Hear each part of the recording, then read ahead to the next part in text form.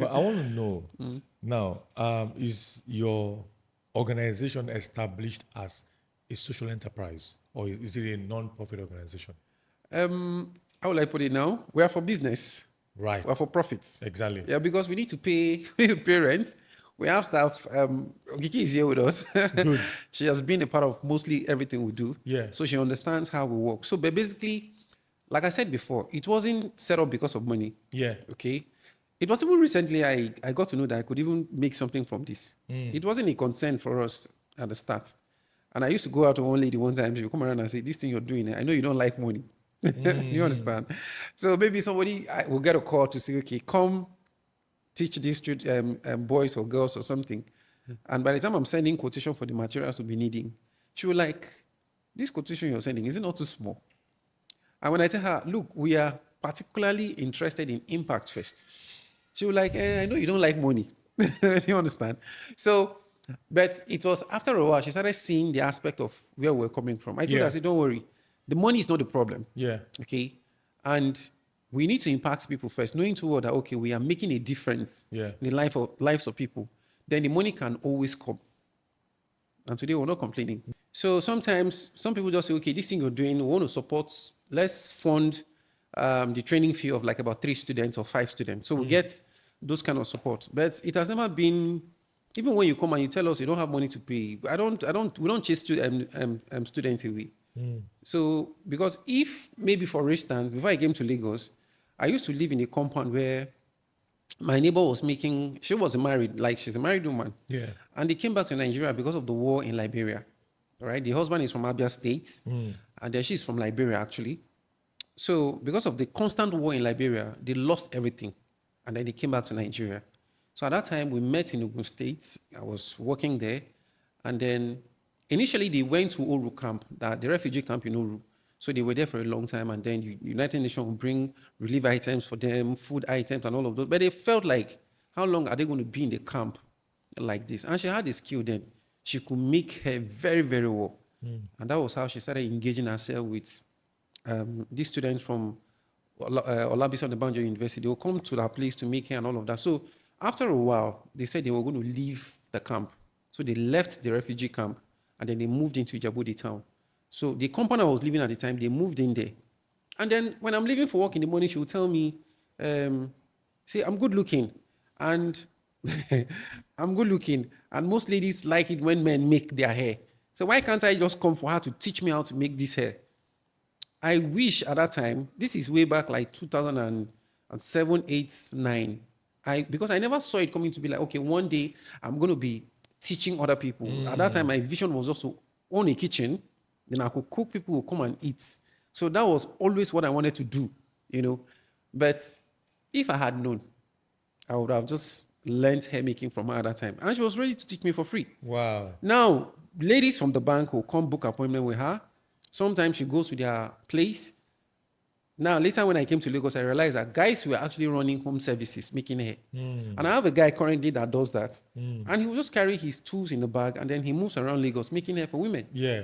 You know, one day I go to Computer Village, Ikeja under bridge, and I saw, 3 guys making hair for one lady. Now they were just rushing. And by the time I asked, at that time, the amount they call at that time, that was like maybe 2012, 13. I newly just came to Lagos. And I heard them mention like this hair they are making. See, the lady came with her attachment and everything, but they are billing her to pay 20,000 for just 3 hours service they are going to be rendering for her. Yeah. And that was when I now realized that I've missed an opportunity. If I had known, I would have listened to that Liberian woman that was my neighbor at the time.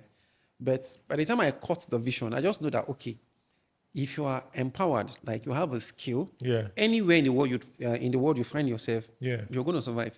You understand? So we just try to educate people. If you didn't go to school, it's not a problem. But you have a backup, which is learning a skill. So if you have a skill in your hands, you can do a lot more. Otto, when like I'm trying to sit in your shoes right now to see when as an entrepreneur, people see you as an entrepreneur. And then you come to them to talk to them about donate this, donate that, almost sounding like an NGO, like you're like somebody who's not for profit. So what sort of collaboration do you have with NGOs and other organizations? We are talking partnership currently with Spectrum Bank. Okay. All right, and it's coming out well. I was just sharing with my assistant while we were on our way here. So funny enough, he's been following what we do for a very long time. I didn't even know. And then one day he met my wife and told my wife to see him because they already knew each other. So that's why I'm always very careful with the kind of things we put on the internet. So if I don't have anything to post as content, I just stay. Okay. So if I was not taking posting online seriously, I don't think you would have ever come across my That's very page. true. And I wouldn't have even have the opportunity of meeting you. Right. So we've been talking, and then they were like, okay, we'll put some money down for you to train students, all right? But this is somebody else's money. You cannot lavish the money because because they are interested in what you're doing. So now, like I said, for accountability's sake, I'm very, very careful. And I preach this to everybody that works with us, that you need to understand what we're doing. It's not about the money. All right. I know the money will come, but how long it will take was what I didn't know from the start. Okay. And at some point it was looking shaky because now everybody that comes around and say, this thing you're doing, don't you think you can make a lot of money from this thing? And I just tell them, let's be patient first. Let's add value to the lives of people. And then they just get angry. I'm like, I don't think you like money. Now we have needs, okay? But we're talking to people to say, okay, why not support us with sewing machines? Why not support us with learning machines for these people? And so that we are not particularly so much interested in those in the city, all right? We have a lot of people in the city, but what about those people in remote areas, in rural areas? Some of these times, people, when you go to these communities, you get to understand that they have a lot of problems. They have a lot of issues. So those in the city can pay for their training. How about those in the inner communities?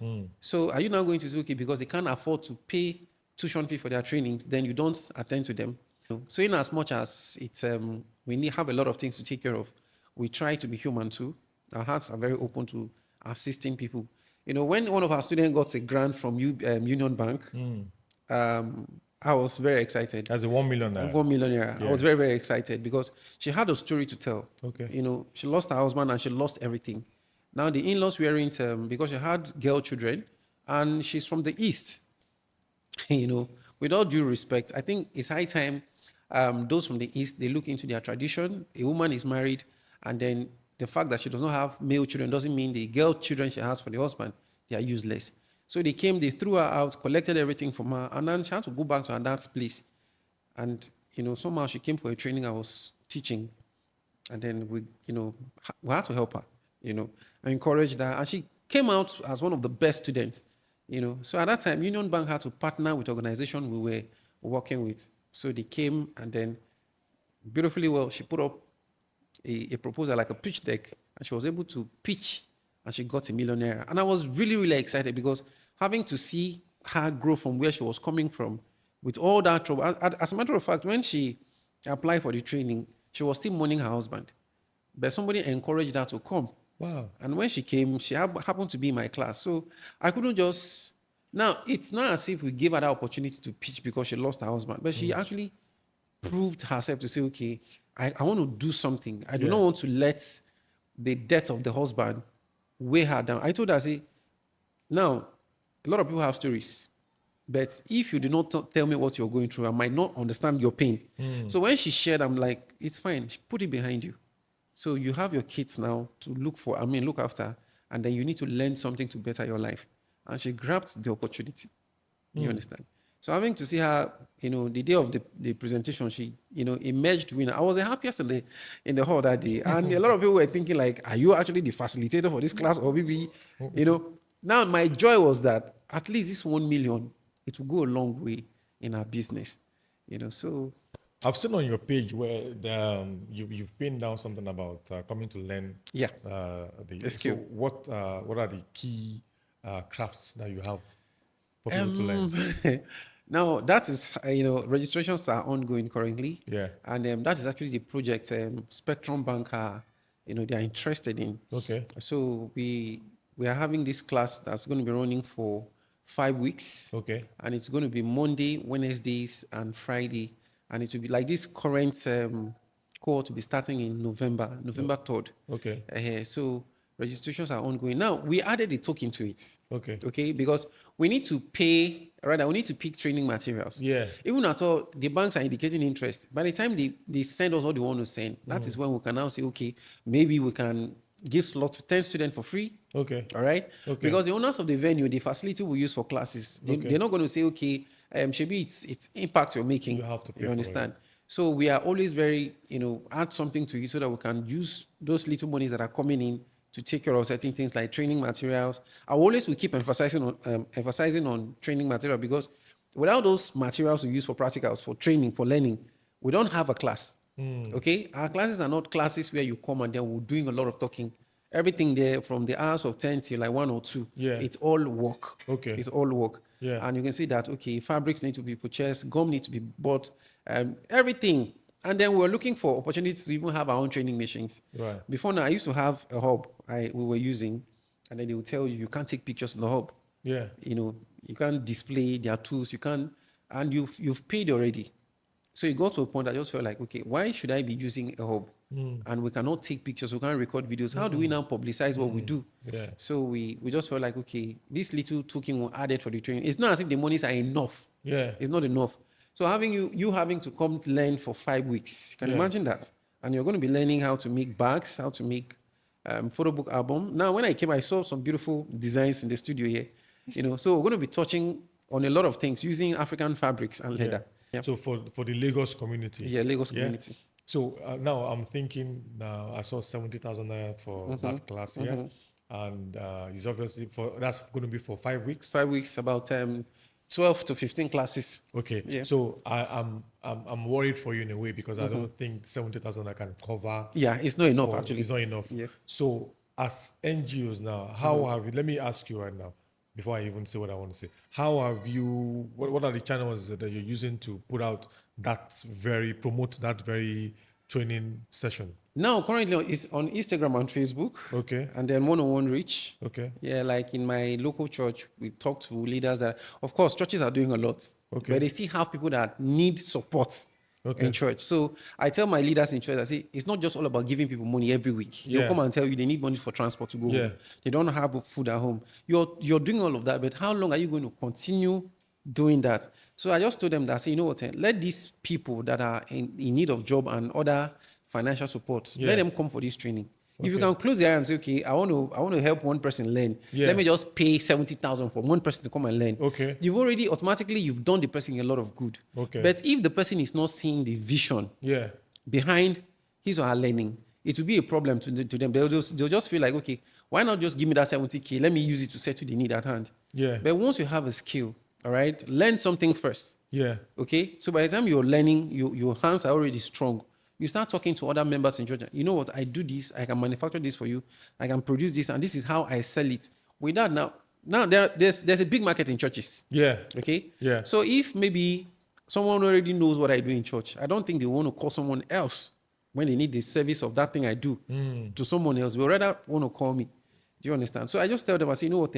Let your members come learn, and then we'll take it off from there. The learning aspect is key. And then when they are done, that same money you've been giving them as weekly allowance, you can actually say, okay, you know what, let me ask some other people that are comfortable enough to support, put some money together and say, okay, what will you be needing after the training? Is it a sewing machine? Do you need some few tools? Now, you don't need to get everything after learning before you can start what you're doing. If our people are empowered, when we talk about empowerment, first, it's not about the money you're giving them. Okay, it's about you redirecting their mindsets. Okay. The reason why someone will wake up in the morning, leave his or her house, and go to the street to harass other people, other passerby, is because your mindset, you just feel like, okay, these other people that are moving around, they are better than you. But when you feel like, okay, I have this thing I'm doing, okay, I can manufacture or produce this thing and sell, and it will fetch me this amount of money. I don't need to go to the street to harass other people that are passing. Do you understand? So I just tell people, if you have anybody on your street that is not doing anything, refer them to us. Well, I think for me, I'm just looking at. I think you should have like a commercial. Okay. But you've only put out you've only put out like the graphics of the training. What we're going to be doing. Yes, I think we need to hear from you. No problem. I think you should create like a commercial for it. Talk about it the way you just spoke about it right now. and show us pictures of what you've done before, Yeah. and that becomes a tool for you to put out there. Yeah. Sponsor it. No People are problem. going to see it, and everybody Definitely. want to Definitely. jump on it because Yeah. it's affordable. So there's something, sometimes you get close to 100 students, and at the Yeah. end of the day, before the training will be over, you're left Yeah. with 40. And then these people that other people are helping to be better, Yeah. they come up with different excuses. Maybe they didn't have money for transportation to come to the center. Yeah. They woke up in the morning, they noticed their baby wasn't feeling too. These are excuses. Yeah. But I've seen people come from Ikorodu to Ikeja for training. Okay. And even when we're working with other organizations on the island, I see people come from areas like Ajangbadi Okay. to Lekki. Okay. So if you're really, really determined that you want to make a difference, Yeah. you want to change your story, okay? If you need to trek, Yeah. you will trek. Yeah. If you need to trek to get to class, you will. Yeah. Okay? And one other shocking thing I got to understand about this whole thing is that a lot of people will tell you they don't have money for this training. Okay. But you're carrying an iPhone.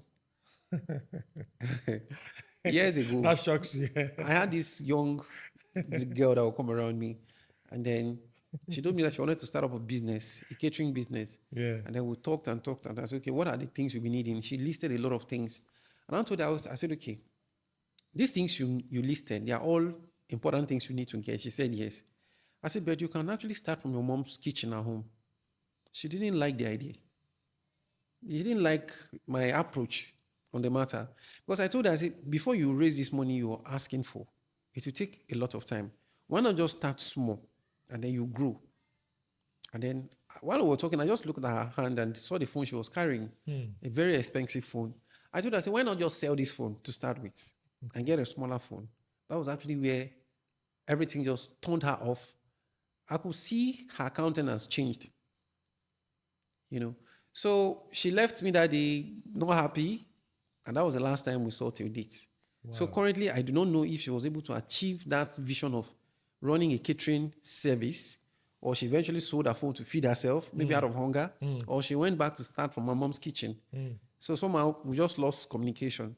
But what I'm saying in essence is that sometimes you need to value the skill you're getting, the knowledge you're going to be acquiring, not that show off. Because a lot of these people, they just carry these phones around without knowing exactly what to do with the phone. So it's very, very important. So if you need to discipline yourself. NGOs depend on people here and there for funding and all of that for them to run. Do you understand? Yeah. And if you're not getting funding, you're just going to fold on. So the way you've strategically structured your own platform, yes. Do you think you would have survived? Like I said earlier on, we work with photographers. Okay. Right? Now, it is not just the training aspect of what we do. We make product to sell. Yeah. So I make different things to sell. Okay. When we don't have training, work is going on. So we produce product to sell. So I'm not going to say, okay, until people start donating to us before we need to carry out project. No, it has never been. Anything you're giving us now is going to be an addition to what we have on ground. Okay? It's not all about piling money in the account. We don't have bulk money in our savings. But we have purchased materials. We have things set up. Okay, every now and then we are producing things to sell. Okay, if the funding is not coming yet, we're hoping, okay, people will start supporting. But between now and when they will start supporting, what are we supposed to be doing? Are we going to sit and be looking? So we make these products, we sell them.